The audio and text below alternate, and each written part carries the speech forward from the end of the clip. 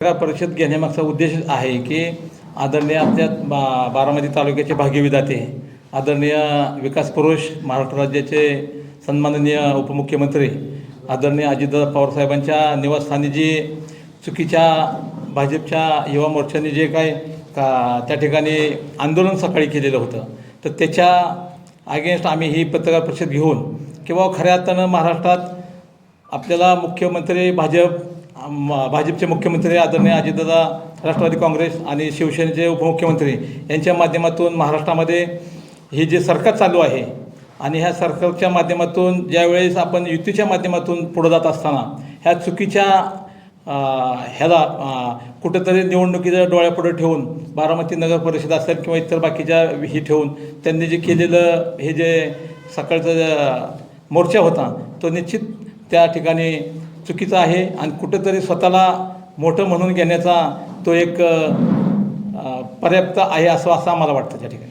खरं तर त्यांनी जे आंदोलन केलं होतं या आंदोलनामध्ये जवळपास 106 कोटी आदिछात्रवृत्तीचे जी काही शिष्यवृत्ती रक्कम आहे ही रक्कम जवळपास गेल्या 2 वर्षापासून विद्यार्थ्यांना मिळालेली असा आरोप त्यांच्याकडून केला गेला आणि याच कारणामुळे त्यांनी आंदोलन केलं. सांगायचं झालं तर महाज्योती असेल किंवा सारथी असेल, बार्टी असेल किंवा अण्णासाहेब महामंडळ असेल, ह्या ठिकाणी आता आपल्या भाजप असेल, राष्ट्रवादी काँग्रेस असेल आणि शिवसेनेचे जे आपले सरकार आहे यांनी अतिशय चांगल्या पद्धतीनं त्या ठिकाणी निधी दिलेला आहे.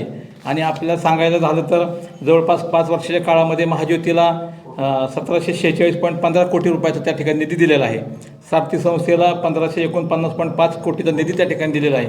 बार्टीला 1760 कोटीचा त्या ठिकाणी निधी दिलेला आहे. असे अनेक आपल्याला अण्णाभाऊ पाटील आर्थिक विकास महामंडळ आहे किंवा इतर सगळेच गोपीनाथ मुंडे ऊस कामगार महामंडळ आहे, महात्मा फुले मागासवर्गीय विकास महामंडळ आहे, पुण्यश्लोक अहिल्यादेवी शेळी मेंढी महामंडळ आहे. अशा अनेक सगळ्या महामंडळांना आपल्या भाजपच्या या सत्तेमध्ये किंवा जे आपले जे हे केलेले आहे युतीच्या माध्यमातून त्यांनी त्या ठिकाणी निधी त्या ठिकाणी चांगला दिलेला आहे.